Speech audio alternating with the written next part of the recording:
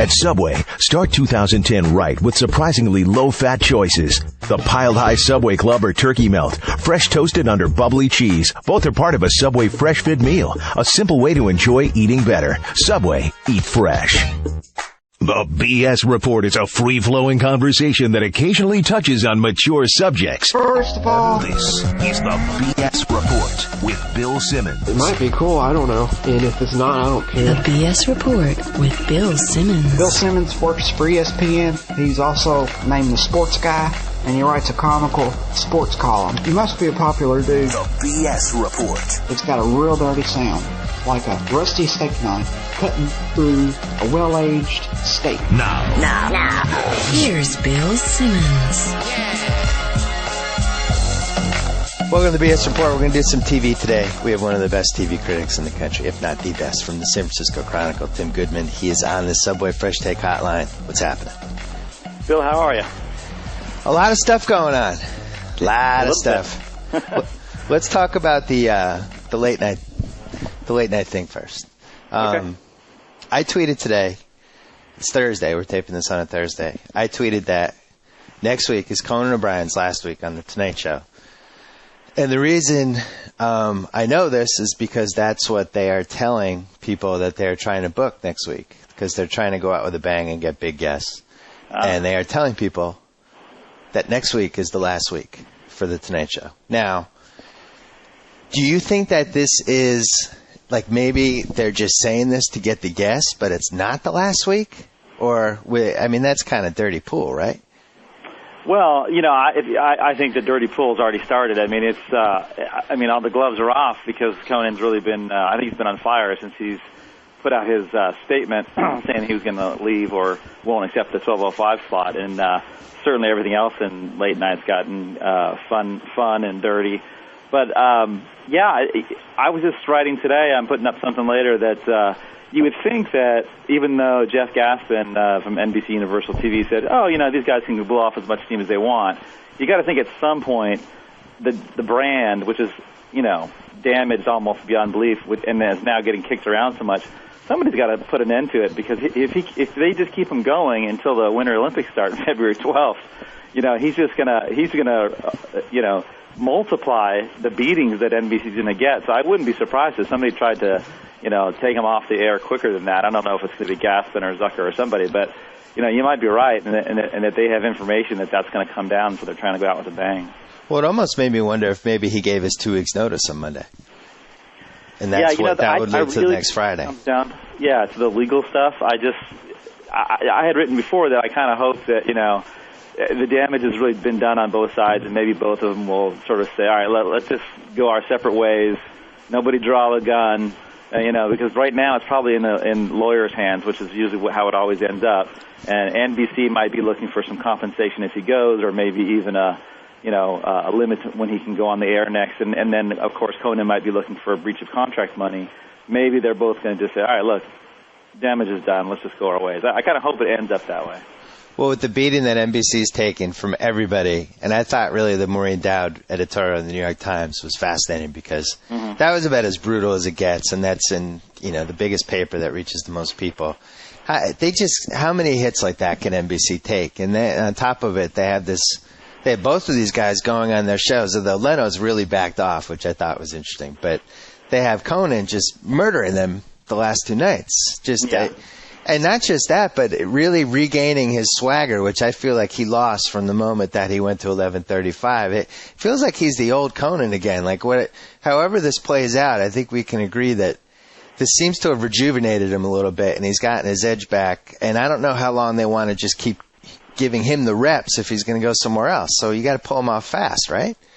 Yeah, again, I totally agree with you, because I think that if you look back at Conan, he has so much, he reveres the Tonight Show brand, and you can see that in his statement, so much that I think when he took it over, in some ways, it was an albatross for him, because I felt like he didn't think, I don't know if he didn't think he deserved it, or that he had to treat it some way different than another show.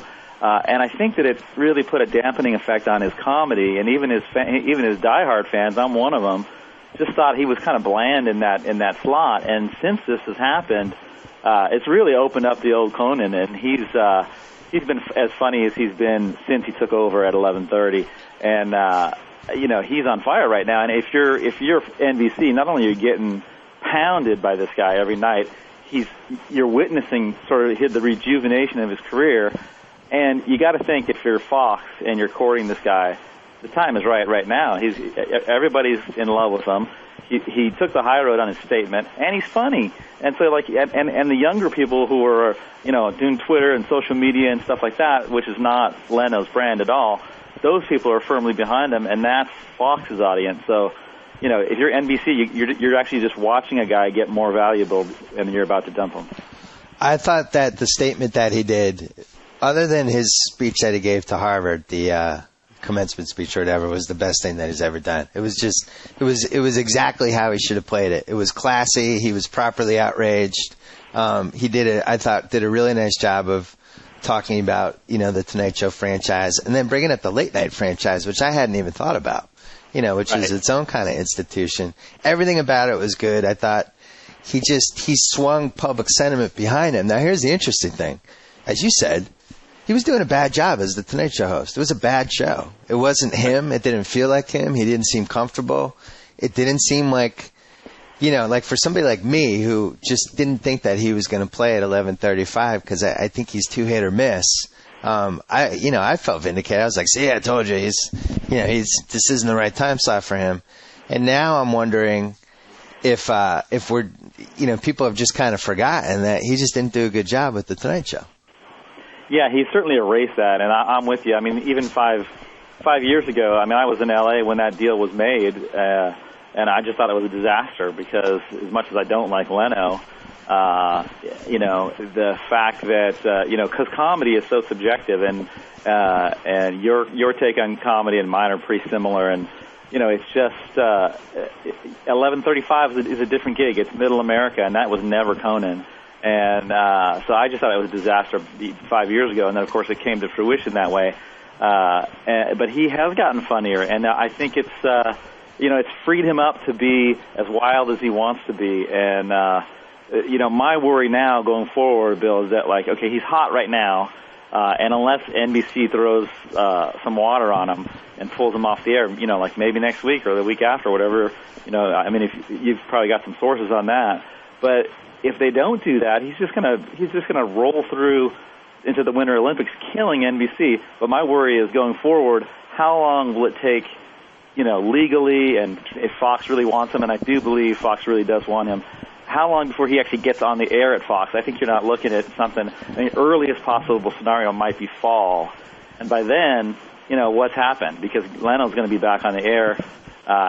People forget so quickly in this country, and I wonder. It would be great if he could actually be on the air in 2 or 3 weeks in Fox. That's just not a possibility. Yeah, I don't think that's a possibility. I also think that's what all of this is about right now. It's about how long before he can come back for another network. And NBC seems like they're trying to have their cake and eat it too. We want you to move the show. Well, I don't want to move. Well, you're screwed then because, you're under a contract. Yeah, but you breached your contract. So it's, as you said, it's in the hands of the lawyers. I think the amazing thing to me is that Conan's agents did not have the 11:35 Eastern Time slot put in his contract. Right. Yeah, it was incredible. If that's true, that's a total blunder. It's amazing. I guess they just assumed it was the Tonight Show, and nobody's ever going to move the Tonight Show. It's the greatest franchise in television history. But how can you underestimate a television network doing anything? Yeah, and one run by Zucker. Yeah. That's the thing. Where if you're the agents, or even if you're Conan, you got to say, look, this guy is capable of anything. So yeah, they could put me at 12. They could put me at 3 in the morning. Anything. And I think that the part legal stuff is boring, but I'm guessing that I know because Conan said this before that there was a substantial penalty for him not to get the Tonight Show, which is why they had to do the whole J dance. They locked themselves in once he signed the contract. There was a huge penalty if he didn't get it. But I wonder, once he got it, I bet there was no clause that said, okay, I got to have it for X amount of years. A few people have predicted this. I'm not going to run the clip now. Maybe we'll run it at the end of the podcast. But in last March, I had a podcast with Jason Gay. where I threw out the scenario that maybe, just maybe, they were going to go through this whole charade of putting Leno at 10 and Conan 11:30 as a way to get out of the penalty payment, knowing that this wasn't going to work and that Jay was going to eventually move back there all along. A conspiracy theory, but, this is something that I said and a lot of other people said, and now it's kind of playing out that way. Do you think NBC was that devious?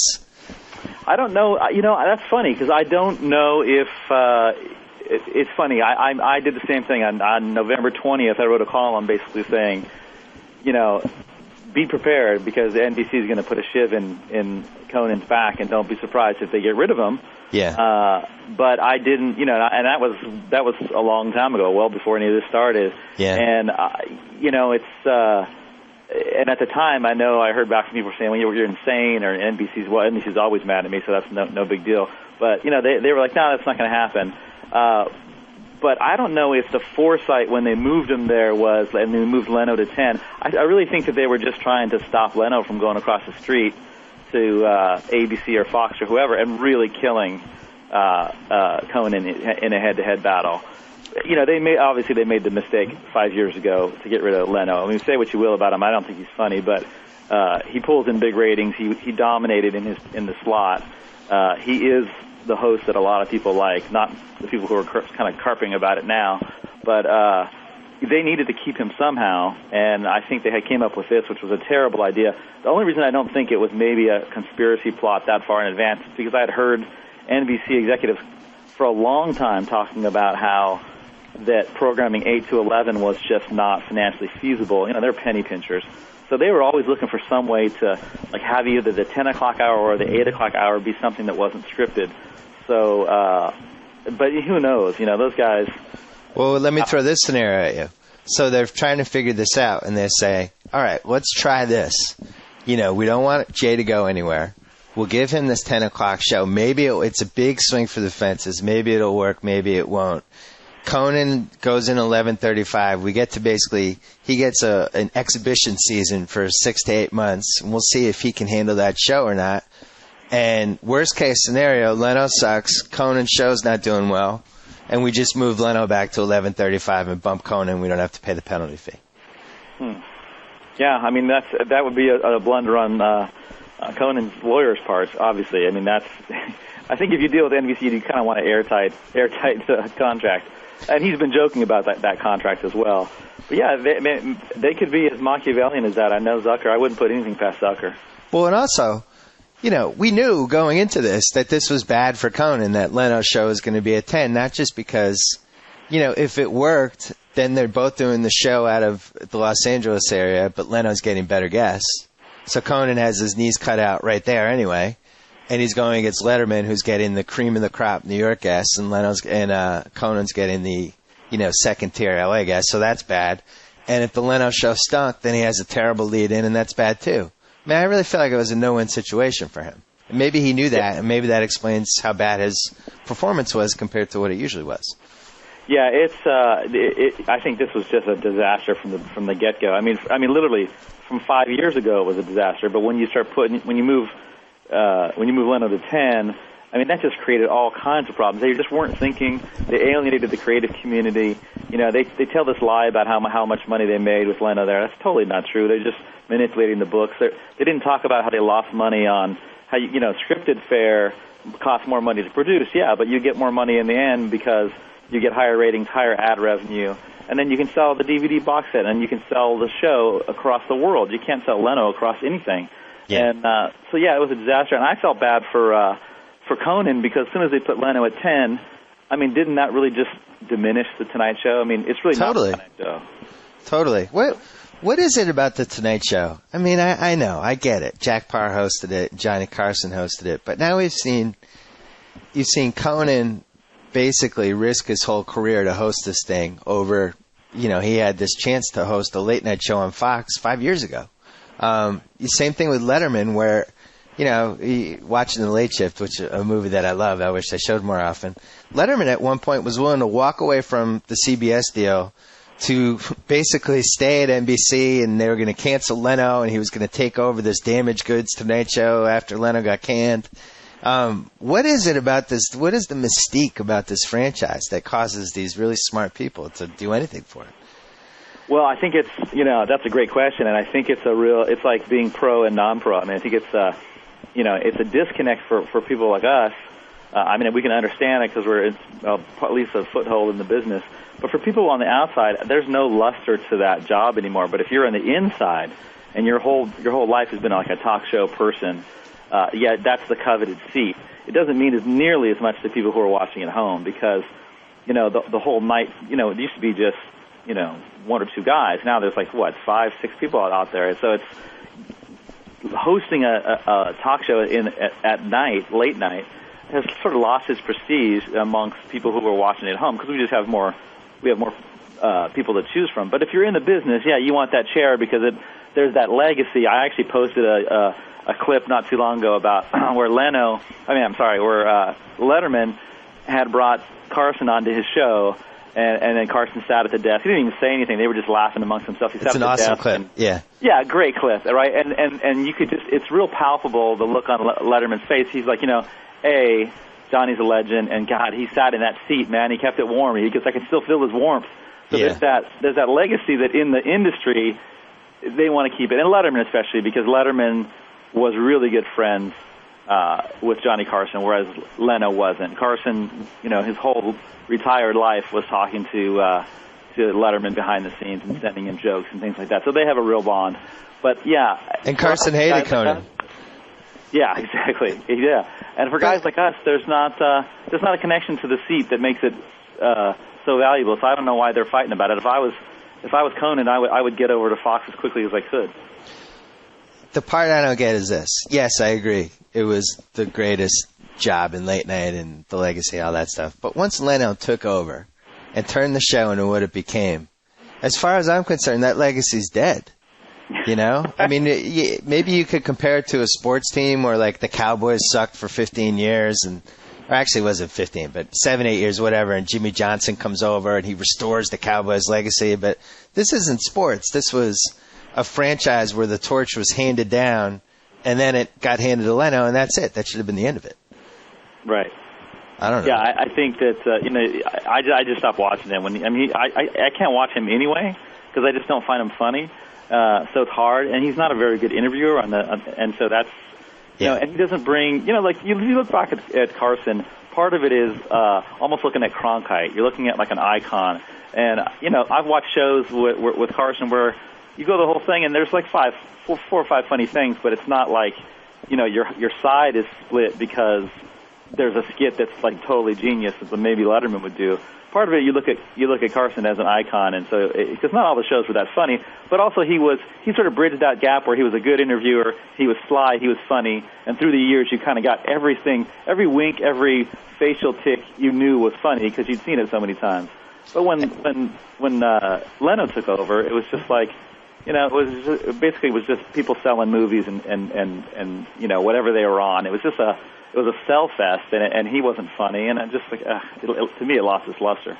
And Leno was making cameos in every movie he could, and right. he basically bastardized it immediately. Now, the interesting part to me that really nobody has mentioned is Leno's contract was for the 10 o'clock show.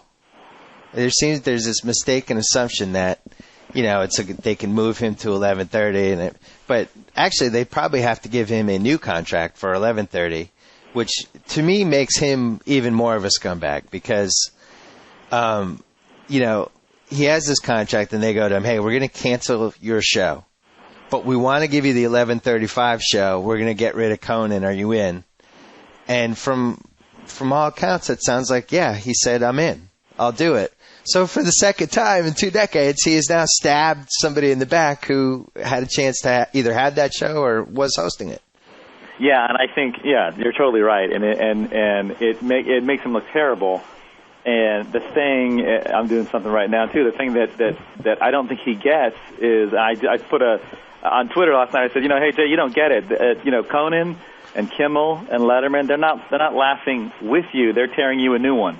Yep. It's just like he doesn't get it. They're not only are they making fun of NBC, they're really taking it out on Leno, and it's interesting because Conan I think, protected his feelings for a long time when NBC put Jay at 10, because he knew that tarnished the Tonight Show, and he was not going to get the A guest, and he still was going to be in Leno's shadow. He kept his mouth shut. He was a team player. But now you can see he's opening up. I mean, he's making jokes at Leno's expense, and so is everybody else. And Leno, in this desperate need to be loved by everybody, doesn't see it or doesn't acknowledge that they're making fun of him. Well, Kimmel's going to be on his show tonight. Yeah, he's doing the 10 at 10. Yeah, I like one night after totally getting destroyed by Kimmel, who comes out beautifully looking like Leno and really tearing. And, and look, come on, you and I know this as well. Before Kimmel got his show, and when he was leading up to it, Jimmy would always just say Leno is the bane of is not funny, and he's the bane of talk show existence, and he loves Letterman, and so he's not going to pull any punches. But it is kind of funny that Leno is reaching out to have him on this 10 at 10 thing, because it just shows you that either Leno doesn't get it or he doesn't want to admit that people are making fun of him. And Leno tries to present himself publicly as such a good guy, and behind the scenes he's a barracuda. When Kimmel was when we launched that show, immediately the Tonight Show they made it clear to every PR person, like, if you go on that show before ours, we don't want you. And, they did all the usual politics that they do with that stuff. And then public is, I hope Jimmy does great. It's just, it's ridiculous how, I don't know. People in the industry don't like him. And, it's funny, his core, he's almost blessed by this sort of technological bubble that protects him, because his core audience is really not online that much. They're not on Twitter. They're not doing social media, Facebook things, campaigns, Team Conan. They miss all that. So nobody really knows. And probably that core group, and I hate to say, it's just middle America. It's not. It's a certain age group. It's a certain brand of comedy lovers. They're not really pouring over the news stories to sort of see inside baseball that Leno is perceived as this shark and nobody really likes him. But yeah, he's pretty devious, and this need to be loved is kind of scary. And I think now, the other night, I don't know if you saw it, Letterman had this really subtle, great joke, and he's like, God, I miss Carson. He really knew when to quit. Ooh. And that's a dig at Jay. It's like, dude, your time has come and gone. Get off the stage. And this is something that for Leno goes back 30 years, because did you read the book about the writer's strike? No, not the writer's strike, the comic strike in the late 70s? No. It's called I'm Dying Up Here. It's an amazing book. It's about Leno and Letterman and all those comics from the 70s going on strike at, I think it was called the Comedy Store, and how the whole thing played out. But it was really all these people that went on to become the giants of the 80s and 90s. And you're not going to believe this, but Leno, turns out they think that he's feeding strike information to the Comedy Store owner. And apparently from that point on, nobody trusted Leno, and they thought he was a snake, which I thought was fascinating. I've always just been stunned by his sort of need to be loved, which is and the spotlight, which explains the sort of okay, wait a minute, you're the head, you're running the Tonight Show, you're the king of late night, you're making all this money, and yet you get on a jet how many times a week and fly to Vegas to do your live show? How much adoration do you need? Yeah. Well, and how much money do you need? Right. He should have walked away. The 10 o'clock show didn't work. He should have just done his casino thing. He probably could have signed some monster deal with the casino and done other stuff. And now, do you think it's a lock? Let's say the Conan thing goes and he leaves and they buy him out or whatever happens within next week, which I think at least that's what they're telling people that they're trying to book, that he's done next week. Is it a lock that Leno moves in there at 11:35? Yeah, I think that somebody had suggested that here's an opportunity for Jay to take the high road and salvage all these whispers that you even suggest maybe it started back in the 70s. Here's a chance to go out and say, you know what, screw it, I'm out of here too. This is you've made me look like the devil. I'm the butt of everybody's joke. I'm just not going to do it, and that would royally screw NBC, and it'd be awesome. But yeah, I think this is what he wants. He wins. He goes to 11:35 after and it's good for him because. This is just all going to be resolved by February 12th when you go to when the Olympics start, and then everybody short-term America forgets, and you come back and everything's lined up again. Even Carson Daly has his show back. Well, how amazing would it be if the Conan got bought out, however they settle it, and then Leno decides, you know what, for once in my life, I'm going to do the right thing here. I don't feel right about hosting the show. I'm not going to do it either. And now they have this gaping hole at 11:35. What would they do? Like have guest hosts? I would love that. That would be like a gift from the gods for me. It would be the greatest thing ever. Yeah, and this is great, especially for TV critics. This is gold. But I kind of joked the other day that I was worried that because things are moving so fast and there was these false rumors. There was even a rumor that Leno was going to walk, that he was upset. And I thought, I'm afraid to go to sleep. I might wake up and find that Carson Daly's hosting the Tonight Show. Anything can happen. I mean, it could be Ryan Seacrest. If they did the guest host thing, it would at least be kind of riveting to see who they came up with. They did that tryouts on CBS, and they ended up with Craig Ferguson. They could do the same thing Tonight Show, but again, it's like you're tampering with what, at least in the industry, is a legacy. I'm not sure you and I believe that anymore, but you're tampering with the Tonight Show. But boy, that Seacrest joke that sends a chill up my spine, because that's exactly like something that Zucker would think of. Like, perfect, let's put Seacrest in this host. In this chair. Oh, God. Well, I know you get asked this question all the time, but seriously, how does Zucker stay employed? How does this keep happening? It's a miracle. I wrote way back when he left as entertainment president. I wrote this scathing. I said, here, let's take a look at his career. He doesn't have. I mean, what are the highlights of his career? He supersized shows that he didn't create. And then he paid exorbitant amounts of money to keep ER on the air. When it was his time to actually make a move, he never produced a hit. He has got a meritless ego with no achievement as an entertainment president, and yet he keeps failing upward. And it's astonishing. I think it's because at the time GE, they're all just penny pinchers. He was actually making decisions that were, when he moved out of the entertainment slot, he was making decisions that were making money, but there weren't long-term smart decisions as we can see now. Yeah, it's almost like a GM of a sports team just splurging on free agents, but not building up the farm system in the minor leagues. And then all the free agents got old. It's like, all right, we're ready for the minor leaguers. We don't have any. Right. Sorry. Who can I spend a lot of money on? And then they panic. But here's what happens in sports. The GM gets fired. Right. And in television, the GM goes up. Yeah, he fails upward. But don't you think at some point, though, like I've always thought this, that at some point, and I would have to say, it's either going to happen now or it's never going to happen. If the axe has got to be as close to Zucker's neck right now as it's ever been, because I don't care if you're Comcast or you're still holding on before the deal at NBC. This is a gigantic mess, and it's got his fingerprints all over it. So I can't imagine that you'd want him to lead your company into from here beyond. Well, don't they have to do something?